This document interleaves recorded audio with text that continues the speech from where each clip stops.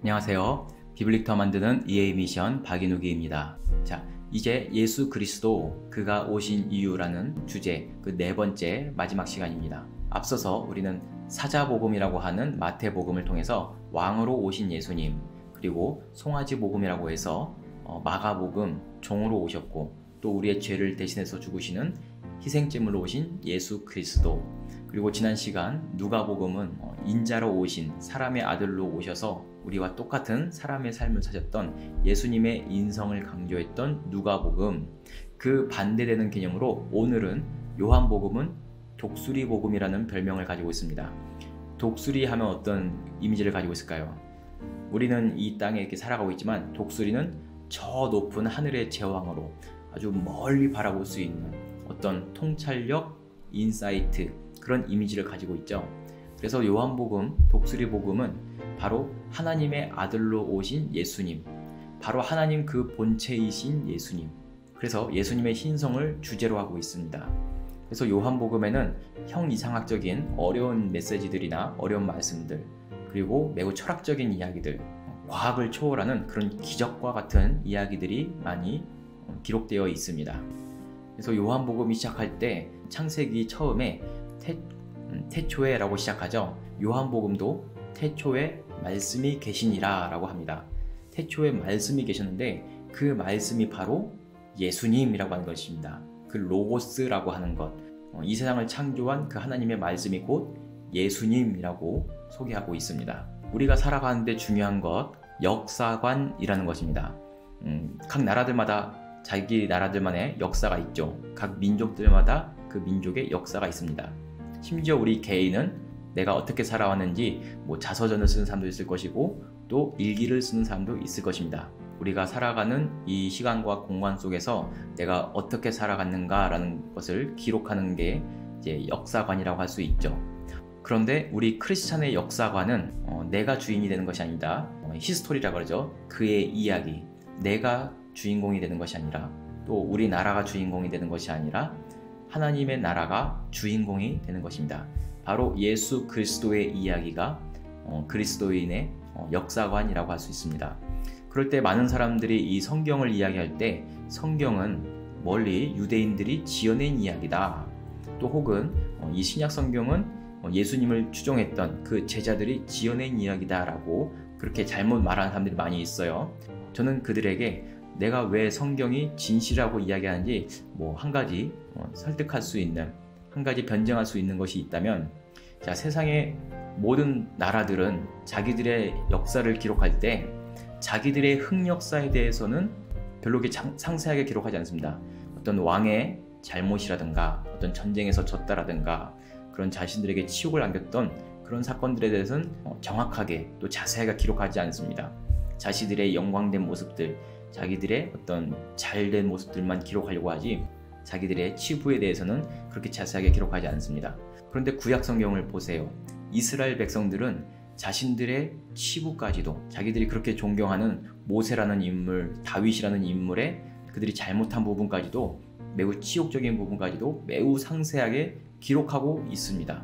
이스라엘 백성들이 하나님을 저버린 것, 우상을 섬긴 것, 그런 부끄러운 자기들의 흑역사까지도 매우 상세하게 기록하고 있습니다.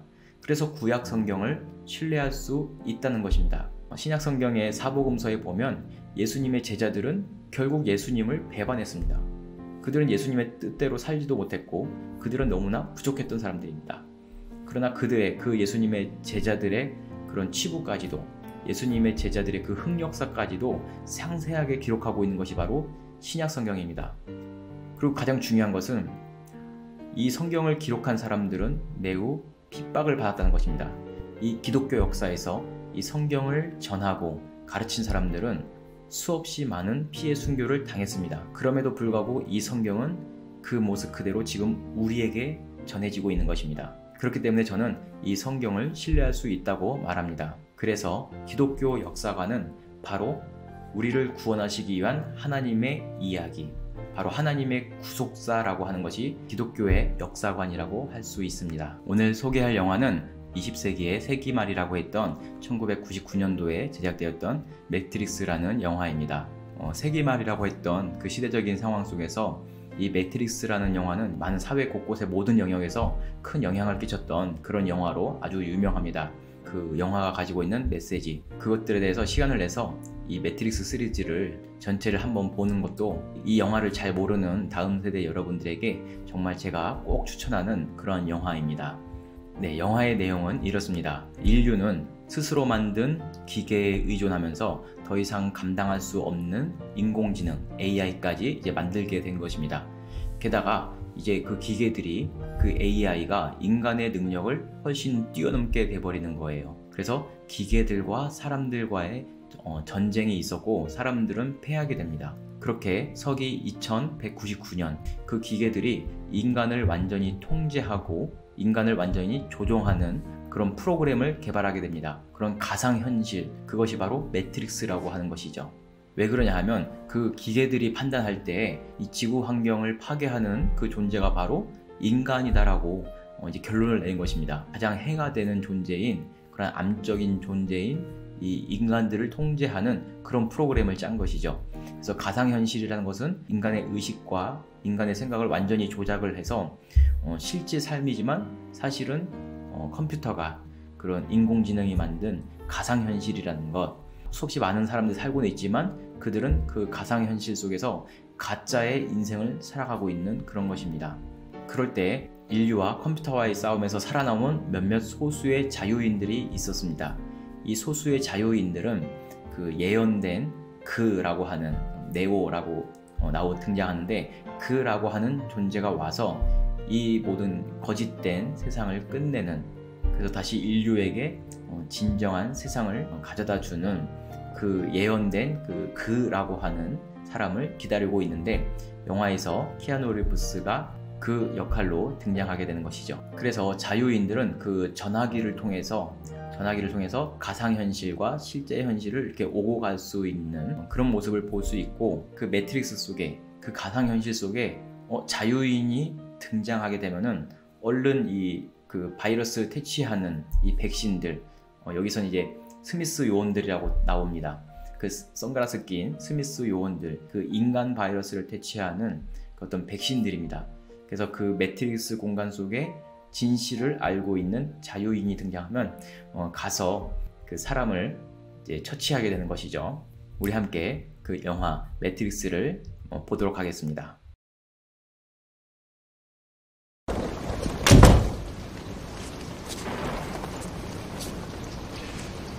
I imagine that right now you're feeling a bit like Alice. Let me tell you why you're here. You're here because you know something. What you know you can't explain, but you feel it. That there's something wrong with the world. You don't know what it is, but it's there, like a splinter in your mind, driving you mad. The Matrix? It is the world that has been pulled over your eyes to blind you from the truth. What truth? After this, there is no turning back. You take the blue pill, the story ends. You wake up in your bed and believe whatever you want to believe. You take the red pill, you stay in Wonderland, and I show you how deep the rabbit hole goes.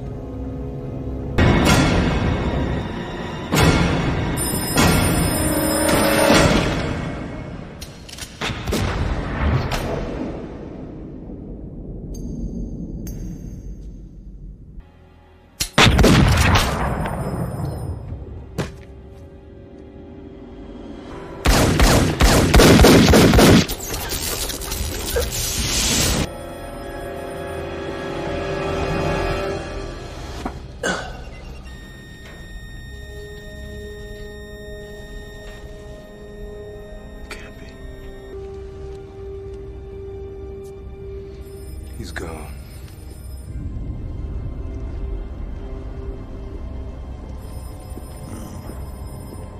Goodbye, Mr. Anderson.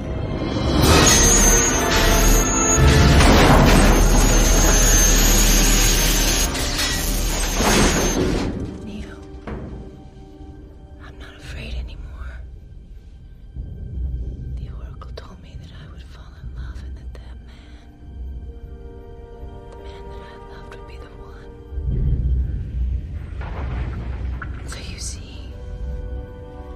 You can't be dead. You can't be. Because I love you. You hear me? I love you.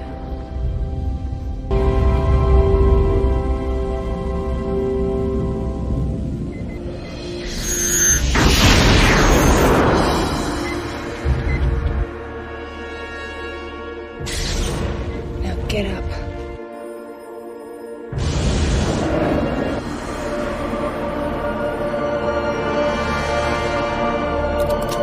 No.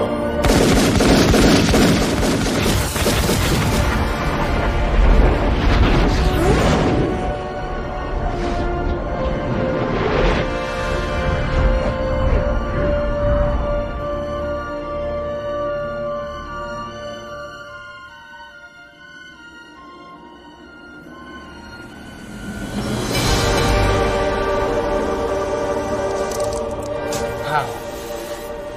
He is the one.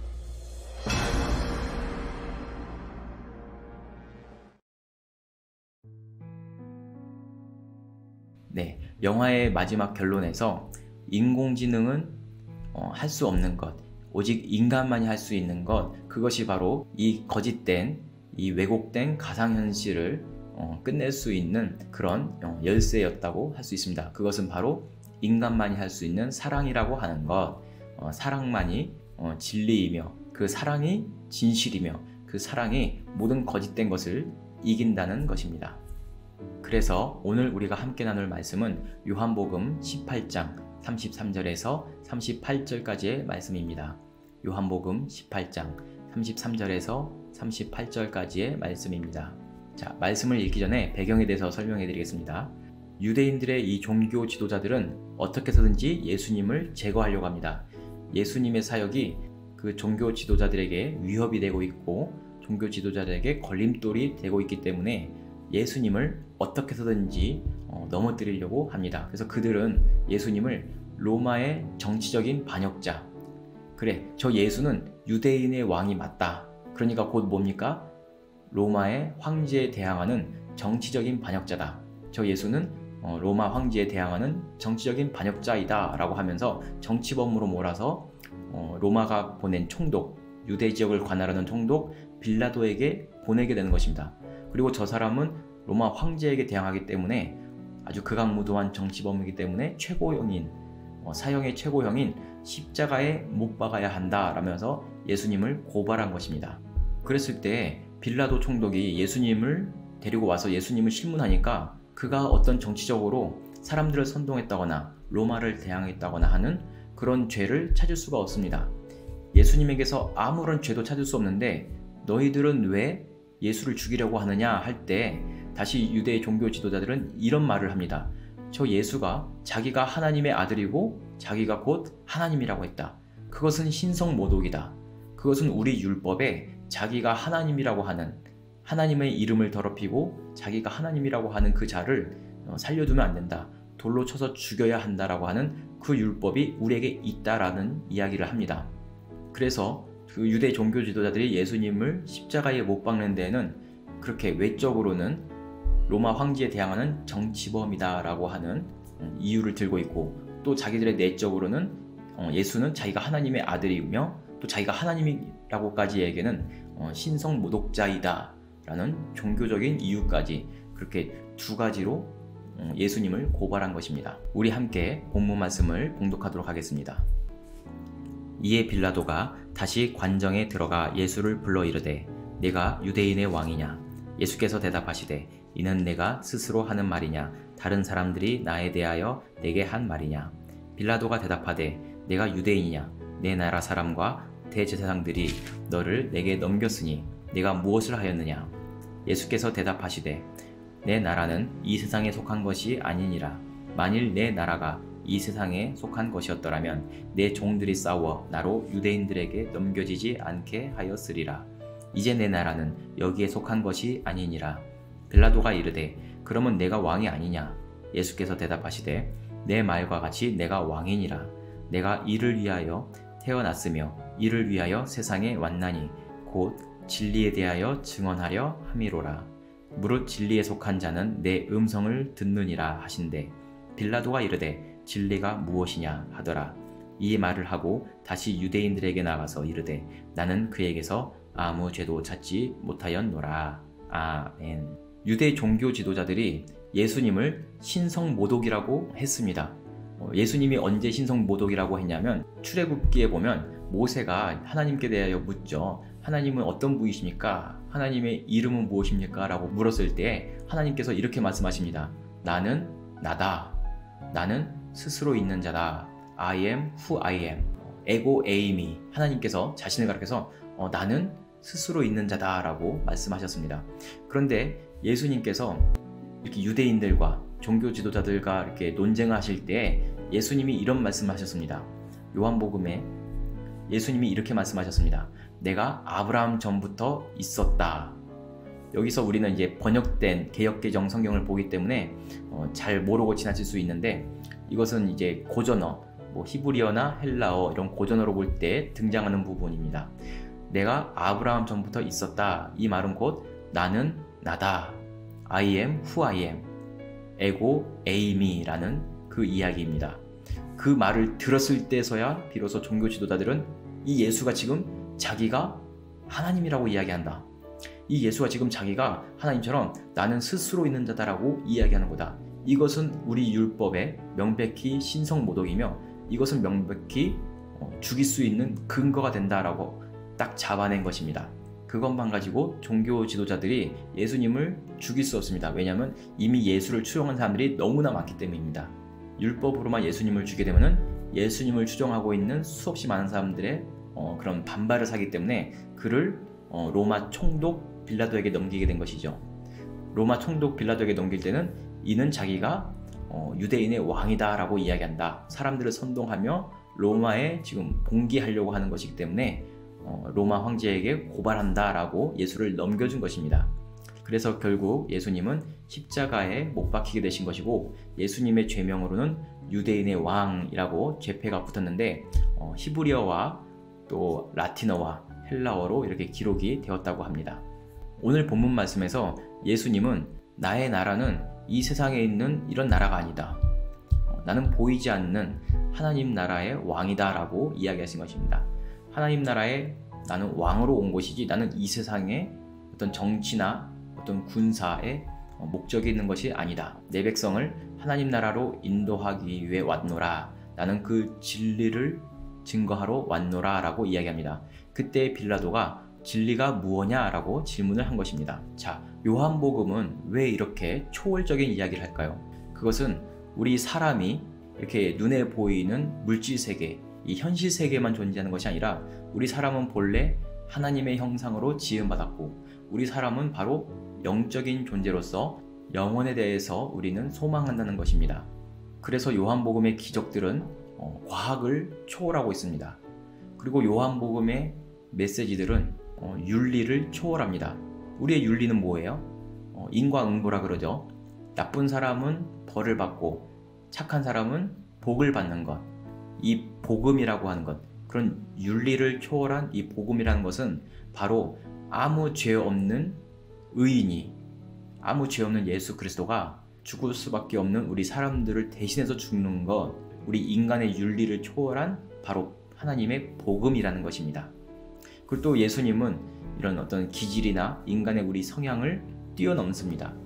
우리는 누가 나를 화나게 하면 어때요? 바로 화를 내고 싸우고 다투는 것이죠. 이 세상의 역사는 싸움의 역사예요. 전쟁의 역사입니다. 가진 자와 빼앗으려는 자. 예수님은 이 전쟁을 끝내러 오신 거예요. 예수님은 뭐라고 말씀하세요? 우리 원수를 사랑하라라고 말씀하십니다. 나를 화나게 하는 자에게, 나에게 잘못한 자에게 7번씩 70번이라도 용서하라고 합니다. 왜냐? 예수님은 우리 인간의 전쟁의 역사를 끝내기 위해서 하나님 나라는 서로 사랑하고 서로 연합하여 하나가 되는 그런 평화의 역사이기 때문입니다. 그렇게 요한복음은 인간의 한계와 또 죄성을 고발하면서 결국 그것들을 끝내기 위해 예수님이 오셨다고 말씀하고 있습니다. 오직 하나님의 진정한 사랑만이 그 마귀의 권세를 깨트릴 수 있다. 그래서 예수님은 십자가 앞에 설 수밖에 없는 것이다 라고 이야기합니다. 성경 요한 1서 3장 8절은 이렇게 이야기합니다. 죄를 짓는 자는 마귀에게 속하나니 마귀는 처음부터 범죄함이라. 하나님의 아들이 나타나신 것은 마귀의 일을 멸하려 하심이라. 예수 그리스도가 우리에게 오신 이유는, 그가 우리에게 오신 이유는 마귀의 일을 멸하기 위해서, 계속해서 사람들로 하여금 범죄하게 하고 계속해서 사람들로 하여금 싸우게 만드는 이 마귀의 일을 끝내기 위해서 예수님이 오셨다고 합니다. 사람들은 그 거짓의 압이라고 하는 그 마귀의 이름은 대적하는 자, 또 속이는 자, 또 거짓에 대한 거짓말하는 자입니다. 거짓이라고 하는 그 거짓의 압인 마귀의 이 권세를 깨뜨리기 위해서 이 뱀의 머리를 쪼아버리는 그 거짓을 깨뜨리는 것은 뭐냐? 바로 진리다. 그 진리는 곧 영원히 변하지 않는 하나님의 사랑이고, 그 하나님의 사랑은 곧 예수 그리스도이고, 예수 그리스도는 우리의 죄를 대신하여 십자가에 죽으심으로 그 사랑을 완성하셨다라는 것입니다. 많은 사람들이 신은 없다, 신은 죽었다, 신은 필요 없다라고 이야기합니다. 그러나 우리에게 왜 예수 그리스도가 오셨을까요? 왜 우리에게 하나님이 필요할까요? 여러분에게 묻고 싶습니다. 여러분은 우리의 영혼의 아버지이신 하나님이 있으면 좋겠습니까? 없으면 좋겠습니까? 만일 이 세상에 하나님이 없다면 과연 우리 인류는 어떻게 살아갈까요? 예를 들면 우리가 좋아하는 운동 경기, 축구 경기장에, 축구 시합에 심판이 없다고 하면 어떻게 될까요? 이 세상이 아름답게 살아가기 위해서는, 이 모든 사람들이 아름답게 조화를 이루며 서로 사랑하며 살아가기 위해서는 바로 예수 그리스도, 그가 오셔야 한다는 것입니다. 그래서 본래 이 종교적인 열심이 있었던 사람, 이 진리를 위해서, 하나님 나라를 위해서 열심히 내가 싸워야겠다 했던 이 사도 요한은 본래 우레의 아들이라는 별명을 갖고 있었어요. 매우 이 혈기가 넘치는 사람이었습니다. 이 저자 사도 요한이 예수님의 말씀, 또 예수님의 사랑을 확인하고부터는 예수님을 닮아서 사랑의 사도로 이렇게 변해가고 있습니다. 이 영상을 시청하는 우리 다음 세대들도 예수님의 그 십자가, 그 사랑을 영접하고 또 예수님을 닮아서 하나님이 우리를 사랑하신 것처럼 우리도 다른 사람을 사랑하며 그 진리 안에 거하는 그런 삶을 살기 바랍니다. 요한복음 3장 16절, 가장 유명한 말씀 중에 하나입니다. 요한복음 3장 16절은 이렇게 기록하고 있습니다. 하나님이 세상을 이처럼 사랑하사 독생자를 주셨으니 이는 그를 믿는 자마다 멸망하지 않고 영생을 얻게 하심이라. 아멘. 여기까지 프리퀄인 예수 그리스도에 대해서 우리가 나눴고, 이후부터는 이제 시즌 1부터 시작합니다. 구약 성경 창세기부터 시작해서 성경의 주요 인물들을 통해서 시즌 1이 시작됩니다. 계속해서 EA 미션 박인욱이 채널과 함께 하시기를 바랍니다. 감사합니다.